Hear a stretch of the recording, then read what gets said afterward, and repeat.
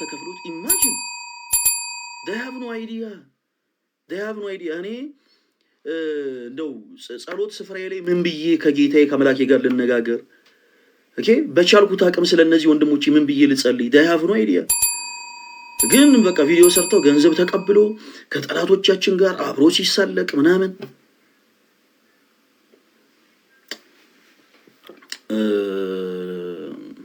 ጌታ ይሆናችሁ ኤኒዌይስ እኔ ሌላ ምንም የምለው ነገር የለም እንዲህ አይነት ነገሮች ባይፈጠሩ ደስ ይለኛል በቻልነው አቅም ይሄ መንፈሳዊ ስርዓት ባለው ልክ ይሄ በቤተ ክርስቲያን አይነት ቀለም ተዋሽተን በቻልነው አቅም ስለ ቤተ ክርስቲያን ድምጽ ብንሆን ደስ ይለኛል ለማንኛውም የመጨረሻ መልእክት ላስተላልፍና ልውጣ አንድ ጊዜ ፕሊስ እሺ ሪከርድ ማድረግ የምትችሉ እህቶች ወንድሞች ካላችሁ ሪከርድ አድርጉ በአርሲ ለተገደሉ ክርስቲያን እህት ወንድሞቻችን ግን ድምጽ እንሆናለን በአርሲ ለተገደሉ ክርስቲያን እህት ወንድሞቻችን በአጠቃላይ ድምጽ እንሆናለን ሁላችሁም የምትችሉ ሪከርድ አድርጉት እሺ ኦኬ ሪከርድ ማድረግ የምትችሉ ሰዎች ካላችሁ አንዳንድ ቁጥር ጻፉልኝ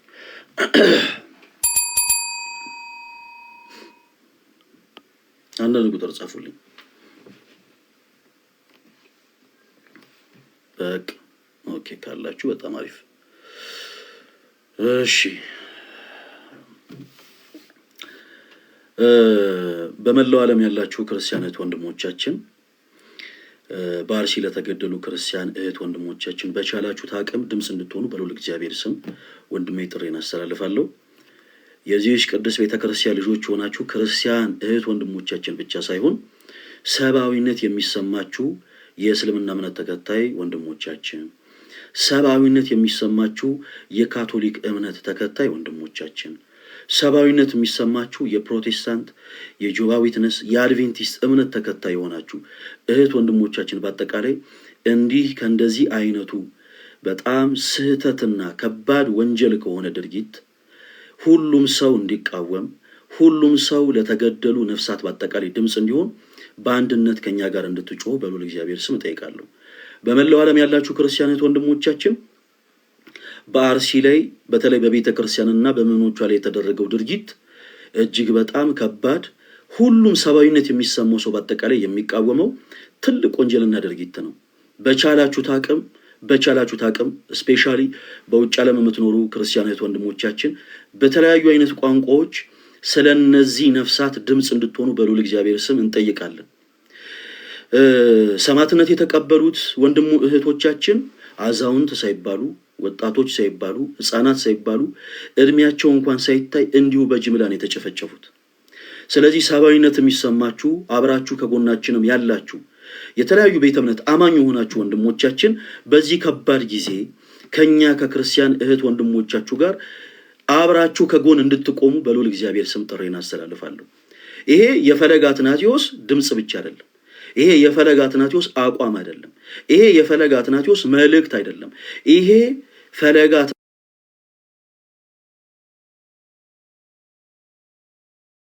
ድምጽ ነው ስለዚህ በሁሉም ዓለም ያላችሁ ክርስቲያኖች ወንድሞች ለነዚህ ነፍሳት ፍትህ እንዲሰጥ እነዚህ ነፍሳት ፍትህ እንዲያገኙ በቻላችሁት አቅም ድምጽ እንድትሆኑ በልዑል እግዚአብሔር ስም ጠይቃለሁ ምናልባት በዚሁም ደግሞ ፕላትፎርም ላይ የተለያዩ መረጃዎችን በመዘገብ የምናውቃችሁ ወንድሞቻችን እነ ብሩክ ኒውስ እና ሌሎችም እነ ሙሴ ሰለሞን ይሄ ሰብአዊነት የሚሻ ጉዳይ ስለሆነ በቻላችሁት አቅም ይሄ መልእክት ለብዙዎች እንዲዳረስ እናንተም በአርሲ የተፈጸመውን ድርጊት ተቃውማችሁ መረጃውን እንድታስተላልፉልን በልዑል እግዚአብሔር ስም እንጠይቃለን ክርስቲያኖች ወንድሞች በቻላችሁት አቅም እንዲህ አይነት መልእክቶች በአጠቃላይ አቅም እንዲኖራቸው ሁላችሁም ሪፖስት በደንብ ኮፒ ሊንክ በደንብ ሼር በማድረግ ክርስቲያን የግዴታችሁን ተወጡ በግፍ የተገደሉት ወንድም እህቶቻችንን እግዚአብሔር አምላክ ደማቸውን ደመ ሰማዕታት አድርጎ ይቀበልልን ለሀገራችን ኢትዮጵያ ጽኑ ሰላሟን ይስጥልን የቅድስት ቤተክርስቲያናችንን ትንሳኤ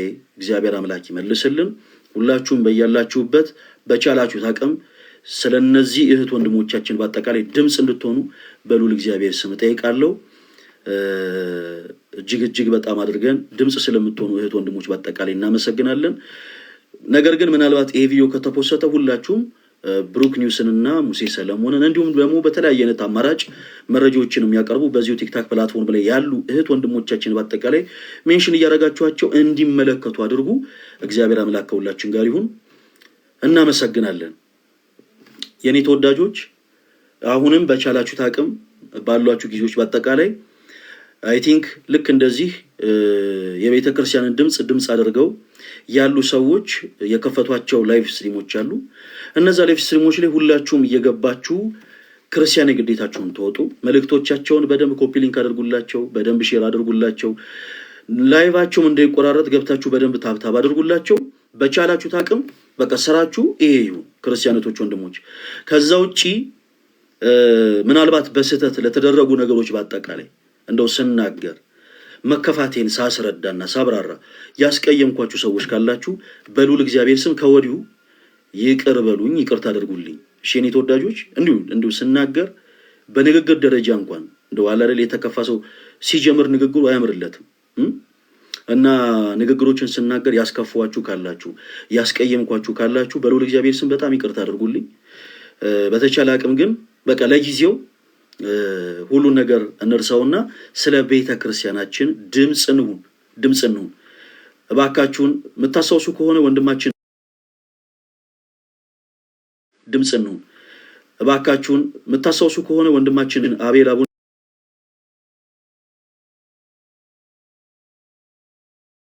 ድምጽ እንሁን። እባካችሁን የምታስታውሱ ከሆነ ወንድማችን አቤል አቡነ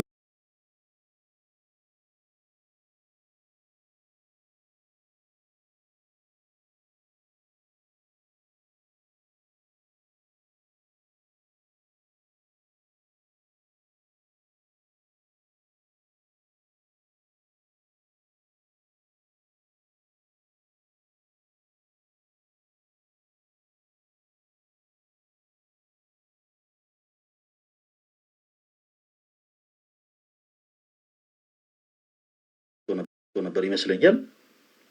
አሁን እንዳለው ተስፋ አደርጋለሁ። ከሁሉ በፊት ያው የተከፋ ሰው ታውቃላችሁ አይደል? ያዘነ ሰው ንግግሩ አይምርለትም ክርስቲያኖች እንደምታውቁት። እና ምናልባት በመከፋት የሆኑ ነገሮችን ስናገር ያስቀየምኳችሁ እህት ወንድሙ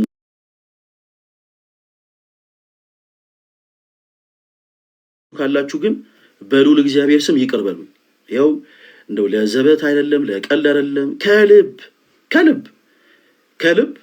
ከልቤ ይቅር በሉኝ፣ ይቅር ታደርጉልኝ። እሺ በንግግሮች ያስቀየምኳችሁ ካላችሁ ማለት ነው። ከዛ ውጪ ግን ለሌላ እምነት ተከታይ ወንድም እህቶቻችን የምታስታውሱ ከነበረ አቤል አቡነ ወንድማችን በሆነ አጋጣሚ ሲታሰር የሆነ ግፍ ሲደርስበት አይ ይህ ሰው ፕሮቴስታንት ነውና አይመለከተንም፣ እዛው ፕሮቴስታንት የሆኑ ሰዎች ይጩሁለት አላልንም። ታስታውሱ ከነበረ ወንድማችን አቤል አቡነ የፕሮቴስታንት እምነት ተከታይ ነው። ነገር ግን እላዩ ላይ የደረሰው እያንዳንዱ ነገር ወንጀል ነው። ባለትዳር ነው። ትዳሩን ልጁን ምኑን ሳይሉ ቤተሰብ ያስባል ሳይሉ ከህግ አግባብ ውጪ ለብቻው አስረው በጣም ብዙ እንግልት ሲያደርሱበት ነበረ። ሰው ታስታውሱ ከነበረ እያንዳንዳችን ክርስቲያን የሆነ እህቶች ወንድሞች በአጠቃላይ ድምፅ ሆነንለታል። ኢቭን የታሰረበት ቦታ ሄደው ቀድሞ የጠየቁት ክርስቲያን የሆኑ እህት ወንድሞቻችን ናቸው። የዚቹ ቤተክርስቲያን ልጆች የሆኑ ማለት ነው። ለዚህ ሰው ድምፅ ለመሆን የዳዳን ትልቁ ነገር ሰብአዊነት ነው። በቃ ወንድማችን የምን እምነት ተከታይ ነው፣ የቤተ ክርስቲያን ልጅ ነው ወይስ አይደለም የሚለውን አይደለም ያስቀድም ነው። የእሱ ላይ የተደረገው ነገር ስህተት ነው። ስለዚህ ሁላችንም ድምፅ ሆነናለን ብለን ነው ድምፅ የሆን ነው። እንኳን ለቤተ ክርስቲያን ልላችሁ ነው፣ እንኳን ለቤተ ክርስቲያን ለዚህ ግለሰብ እንኳን ድምፅ የሆን ነው። ዋጋም ካስከፈለን ያስከፈለን ብለን ነው። ለምን? ሰብአዊነት ተሰምቶን የተደረገው ነገር ወንጀል ስለሆነ አግባብ ስላልሆነ ማለት ነው። አሁንም ይሄን መልእክት የሚደርሳችሁ ክርስቲያኖች ወንድሞቻችን በቻላችሁ ታቅም ድምፅ ነው። እባካችሁ ፕሮቴስታንት እህት ወንድሞቼ፣ የሌላ ቤተ እምነት አማኝ ሆናችሁ እህት ወንድሞቼ በአጠቃላይ እንዲህ አይነቱን ነገር ለመቃወም ሰብአዊነት በቂ ነው። የዚህ ቤተ ክርስቲያን አማኝ መሆን የለባችሁ። ኢትዮጵያ የብዙሃን ሀገር ነች። በመልክ ብዙ ነን፣ በቋንቋ ብዙ ነን፣ በባህል ብዙ ነን፣ በእምነትም ብዙ ነን። በእምነት ብዙ ሆነ የምንኖርባት ሀገር ነች ኢትዮጵያ። ሶሪያ ሙሉ በሙሉ ቋንቋቸው 100% የሚመሳሰል ነው። 100% ቋንቋቸው አንድ አይነት ነው። 100% እምነታቸው አንድ አይነት ነው። ከመፍረስ አለኑም ክርስቲያኖች እዚህ ውስጥ ያላችሁት ወንድሞቼ፣ የመንም ያሉ ሰዎች 100% ቋንቋቸው አንድ አይነት ነው። ባህላቸው አንድ አይነት ነው። እምነታቸው አንድ አይነት ነው። ከመፍረስ አለኑም። እኛ ግን ብዙ ነን። በእምነት ብዙ ሆነን እስከ ዛሬ ድረስ አብረን ጸንተን ልንኖር የቻልነው እንዲህ አድርገን ልንታይ የቻልነው አንዳችን ለአንዳችን በምንሰጠው ሪስፔክት ነው። ኦኬ፣ በምንሰጠው መዋደድ፣ ይሄ በምንሰጠው አክብሮት ነው። ስለዚህ አሁንም እንዲህ አይነቱ ጉዳይ ኦርቶዶክስ ቤት ካንኳኳ በኋላ ሌሎቻችን ጋር ሊያንኳኳ ስለሚችል ፕሮቴስታንት እህት ወንድሞች በቻላችሁት አቅም እባካችሁ ድምፁ ነው። የእስልምና እምነት ተከታይ እህት ወንድሞቻችን በቻላችሁት አቅም እባካችሁ ድምፁ ነው። በቃ ይሄ ሁላችንን የማይወክል ወንጀል ነው እያላችሁ ድምፁ ነው ፕሊዝ። በግፍ ለተገደሉ ነፍሳት በአጠቃላይ እባካችሁ ድምፁ ነው። ዛሬም ድረስ እኛ ስለሞቱት እየጮህን ነው። ዛሬም ድረስ ግን በሰቀቀን አሁን ካሁን ወይ ዛሬ ወይ ነገ ልክ እንደቀደሙት ወንድሞቻችን በግፍ እንረሸን ይሆን ብለው በሰቀቀን እዛችሁ ቦታ ላይ እየኖሩ ደግሞ ያሉ በጣም ብዙ ክርስቲያኖች ወንድሞች አሉ። ስለዚህ እባካችሁ ለሁሉ ድምፅ ነው።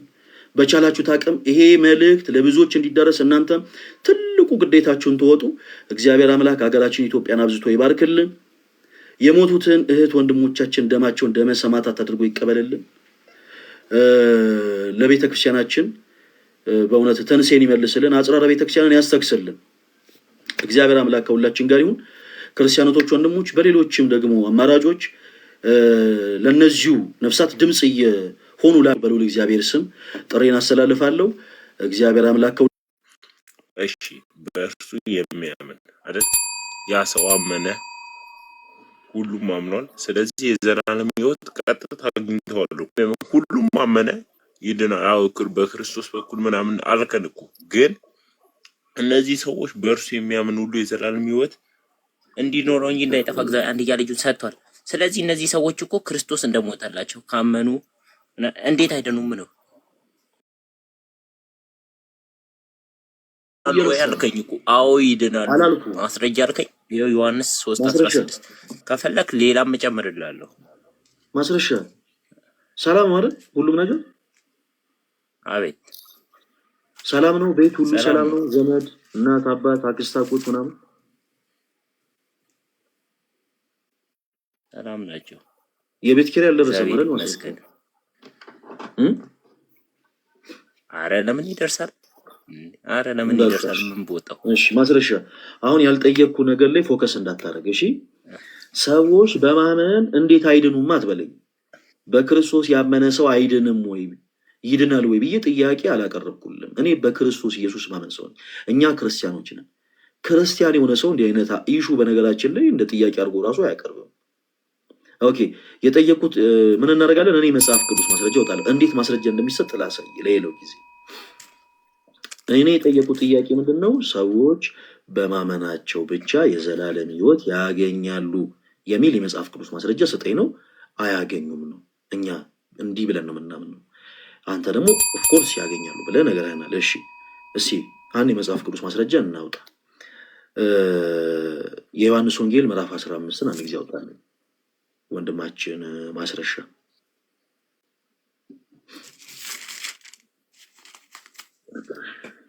ምዕራፍ 15 ቁጥር ስንት?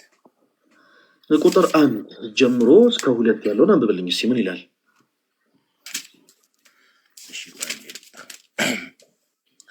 እውነተኛ የወይን ተክል እኔ ነኝ፣ አትክልተኛውም አባቴ ነው። እርሱም በእኔ ያለውን የማያፈራውን ቅርንጫፍ ሁሉ ቆርጦ ይጥለዋል። ፍሬውን የሚያፈራውን ቅርንጫፍ ሁሉ ግን የበለጠ እንዲያፈራ ይገርዘዋል። ከነገርኳችሁም ቃል የተነሳ እያነበብክ ያለው መጽሐፍ ቅዱስ አይደለም ማስረሻ፣ አዲስ መደበኛ ትርጉም አይደል እያነበብክ ያለው? አዎ አዲስ መደበኛ ትርጉም ስናት ባይብል ባይዘዌ እና መጽሐፍ ቅዱስ አውጣና በበልኝ። አዲስ መደበኛ ትርጉም መጽሐፍ ቅዱስ አይደለም ያልኩበት ሪዝም በዚህ አጋጣሚ ልንገራችሁ። እሱ እያነበበ ያለው መጽሐፍ ይሄ ነው። ይሄ አዲስ መደበኛ ትርጉም ይባላል። ከመጽሐፍ ቅዱስ ማህበር እውቅና ውጪ የታተመ በባይብሊካል ኢንተርናሽናል እንዲሁ ጀስ በግለሰቦች የታተመ መጽሐፍ ነው። የመጽሐፍ ቅዱስ ማህበር የማያውቀው ማለት ነው። ከመጽሐፍ ቅዱስ ማህበር እውቅና ውጪ የታተመ ነው። ለምንድን ነው የመጽሐፍ ቅዱስ መጽሐፍ ቅዱስ አይደለም ያልኩት? ሁለት ነገሮችን ላሳያችሁ። ሁለት ነገሮችን ወንድማችን ማስረሻ ሌላ ጊዜ ከኛ ጋር ስትወያይ እሱ ባትይዘው ጥሩ ነው። ለእኛ ብለህ ሳይሆን ለራስህም ጭምር ባትይዘው ጥሩ ነው።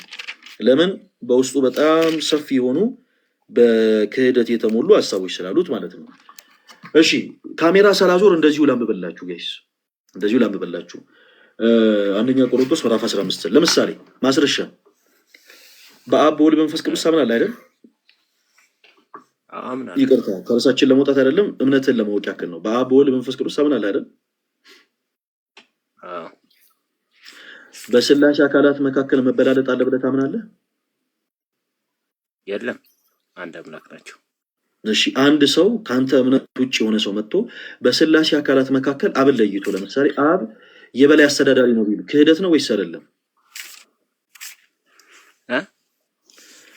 አንድ ካንተ እምነት ውጭ ያለ ሰው መጥቶ በስላሴ አካላት መካከል አብ የበላይ አስተዳዳሪ ነው ቢል ክህደት ነው ወይስ አይደለም? እሺ እዚህ ላይ ከመጠቃይ ጋር ባልሳሳት ክህደት ነው ወይስ አይደለም?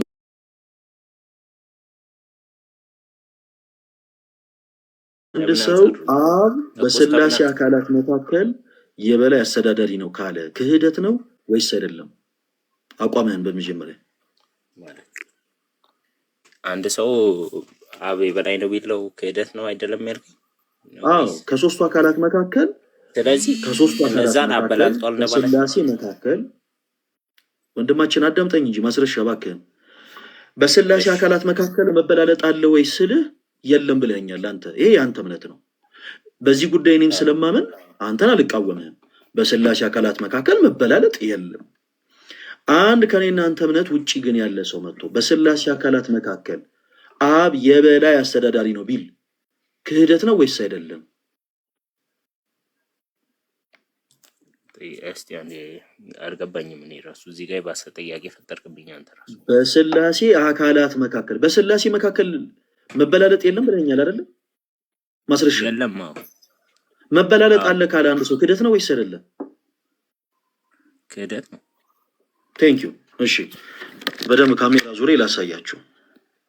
ይሄ መጽሐፍ ቅዱስ እዚህ ጋር የምታዩት ይሄ መጽሐፍ ቅዱስ ሁላችሁም ተከታተሉ። እሺ በደም እንደሚታያችሁ ተስፋ አደርጋለሁ። ይሄ እዚህ ጋር የምትመለከቱት የመጽሐፍ ቅዱሱ ዋና ክፍል ነው። ከዚህ ከመስመሩ በታች ደግሞ የፕሮቴስታንት ስኮላሮች የህዳግ ማብራሪያ ብለው ያስቀምጡት ሐሳብ ነው። ወልድ ራሱ ሁሉን ላስገለጸለት ለእርሱ ይገዛል የሚለውን ሐሳብ ሲያብራራ ምን ይላል መሰላችሁ? 15:28 ላይ የሁላችሁም ይሁን በስላሴ አካላት መካከል አብ የበላይ አስተዳዳሪ ነው። ይታያል አይደል? በስላሴ አካላት መካከል አብ የበላይ አስተዳዳሪ ነው ይላል። ኦኬ ይሄ ያውኑ መጽሐፍ ላይ ነው። በአብ በወልድ በመንፈስ ቅዱስ ለምናምን ለኛ ትልቅ ክህደት የሆነ ትምህርት ነው። እንዲህ አይነት ከመጽሐፍ ቅዱስ ያፈነገጠ ሐሳብ የያዘ መጽሐፍ ቅዱስ ልንለው አንችልም። ኦኬ በስላሴ አካላት መካከል መበላለጥ አለ ወይንስ የለም ስለለው ወንድማችን እንደሰማችሁት የሱ እምነት የለም ነው። እርሱ ይዞ እያነበበለን ያለው መጽሐፍ ላይ ግን በስላሴ አካላት መካከል መበላለጥ አለ ብሎ በአራት ነጥብ የሚያስቀምጥ ነው። ስለዚህ እንዲህ አይነት ትምህርት ምን አልከኝ? በረገ ቁጥሩን ንገረኝ። አሁን ያነበብኩበትን ክፍል 15:28 የህዳግ ማብራሪያውን አንብበው። እዛ ላይ በስላሴ አካላት መካከል አብ የበላይ አስተዳዳሪ ነው። ዮሐንስ ነው ወይስ ቆሮንቶስ? እንዴ የምን ዮሐንስ? አንደኛ ቆሮንቶስ ነው ያነበብኩት ምዕራፍ 15።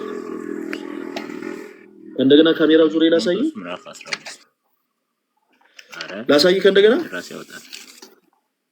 አረ 15:28 15:28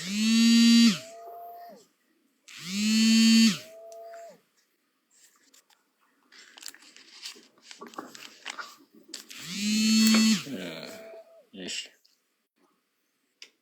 15:28 ቁጥር 28 ማለት ነው። አንደኛ ቆሮንቶስ። የህዳግ ማብራሪያው ላይ ከፈለክ ምን ይላል? እሺ እኔ ጋር የለውም። ላሳየለ ካሜራ አብርቼ ያሳያለሁ መጽሐፉን። ትክክል ነው። የሌለው አለ። ይኸው የህዳግ ማብራሪያ የሌለውም አዲስ መደበኛ ትርጉም አለ። የህዳግ ማብራሪያ አይደለም የሌለው ራሱ አንተ ሙሉ ለሙሉ ገጸ ንባብ ያለው። እሺ ቆይ አረ የኔ ምን አልከኝ? ላሳይህ የኔ ላሳይህ እሺ እሺ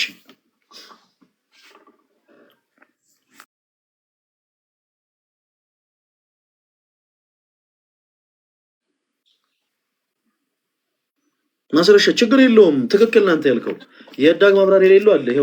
ይኸው እዚህ ጋር ያለው አየው። ይሄ አዲሱ መደበኛ ትርጉም ነው። ይኸው እዚህ ጋር ደግሞ የህዳግ ማብራሪያ ደግሞ ያለው አዲሱ መደበኛ ትርጉም ነው። ይኸው እሺ ማስረሻ ችግር የለውም ያልከው ትክክል ነው።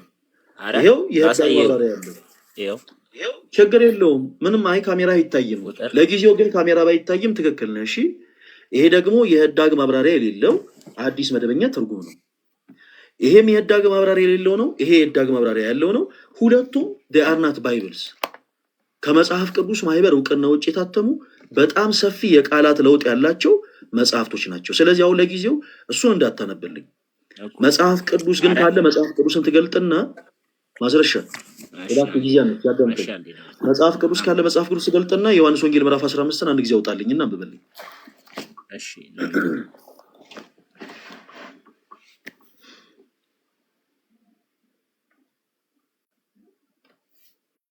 እስከዛ ድረስ ላይቭ ስትሪማችን ላይ ያላችሁ ክርስቲያኖች ወንድሞች በኮሜንት ሴክሽን ፍትህ በግፍ ለተገደሉ ክርስቲያኖች ወንድሞቻችን እያላችሁ ኮሜንት ላይ ጻፉ።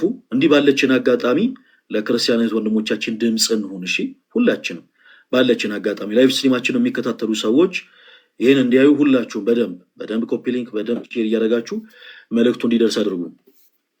ኮሜንት ላይ የሆነ ሰው ጌታን ተቀበለ ምናምን ስትሉ አየሁኝ እና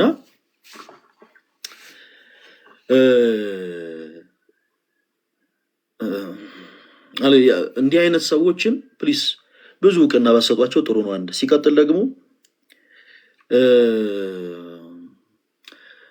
ወንድማችን በልቡ ከመነፈቀ በጣም ቆይቷል።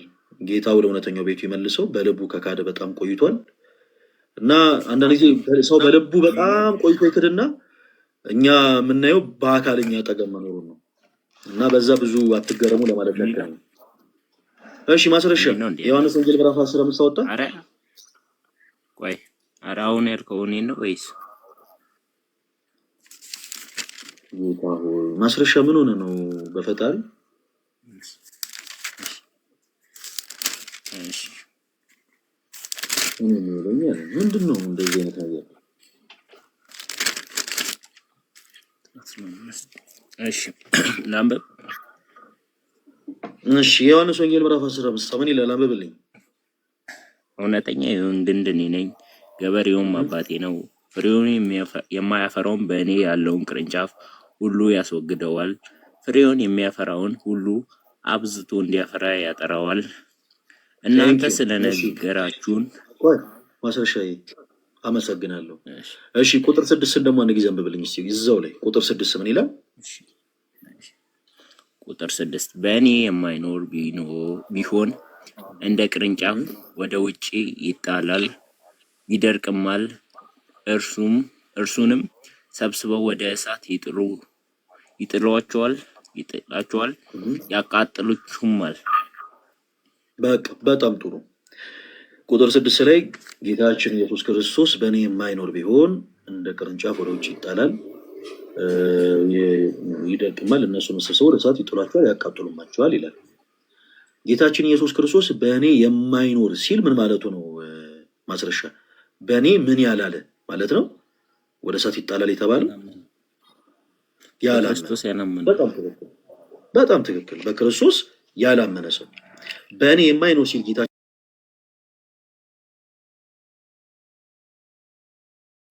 በእኔ ያለውን ይላል። በእኔ ያለውን ሲል ደግሞ በእርሱ ምን ያለ ማለት ነው? ማስረሻ በእኔ የማይኖር ያላመነ ከሆነ በእርሱ ያመነ። እሺ በቃ ሁለቱን ይዘናል። ቁጥር 6 ላይ በእርሱ የማያመን ሰው ወደ እሳት ይጣላል ይላል። በቃ አጭርና ግልጽ። በክርስቶስ ያላመነ ሰው ድል ፈንታ የለውም። ምንም አይነት መልካም ነገርን ቢሰራ ራሱ በክርስቶስ ካላመነ ከክርስቶስ ጋር እድል ፈንታ የለውም። ቁጥር 2 ላይ ግን በእኔ ያለውን ይላል። እዚህ ጋር አሁን በደንብ አድርገህ ተከታተል። በእርሱ ያመነ ማለት ነው ተባብለናል፣ ጨርሰናል። በእኔ ያለውን ይለናል ክርስቶስ ፍሬ የሚያፈራውን አባቴ አብዝቶ እንዲያፈራ ያጠረዋል ይላል አይደለ? ማስረሻ በእርሱ አምኖ መልካም ፍሬ የሚያፈራ የኢየሱስ ክርስቶስ አባት አብዝቶ እንዲያፈራ ያጠረዋል። ግልጽ ነው አይደለ? በጣም ጥሩ።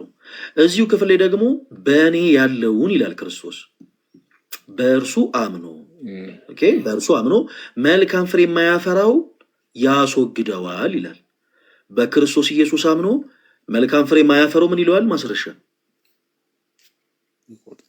ይጣላል ማለት ነው። ወደ ይቆረጣል አይደለ? አዎ ያስወግደዋል።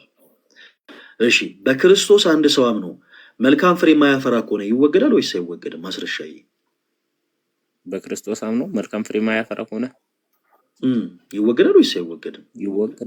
ይወገዳል።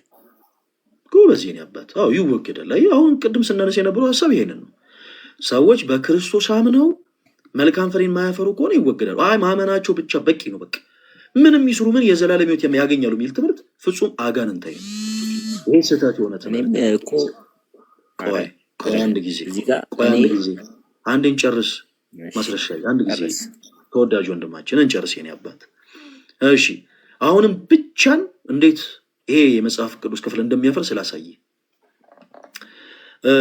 ሰዎች በማመናቸው ብቻ አሁን ስላመኑ ሰዎች ነው የምናወራው።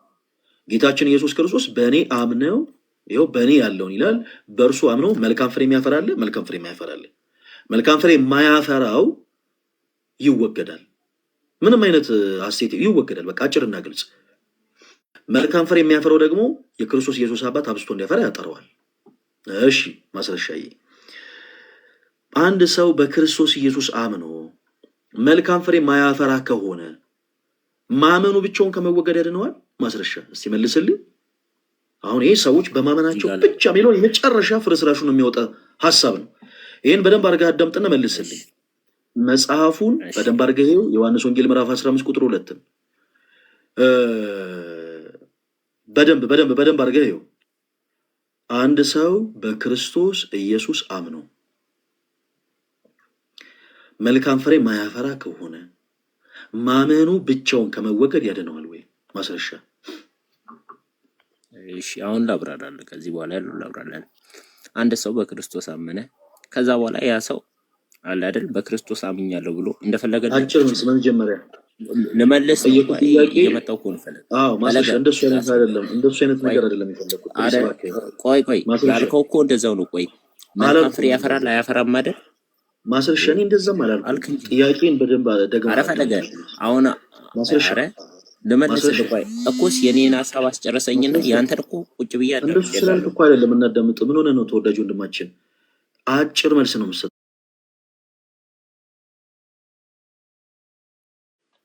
ያድናል።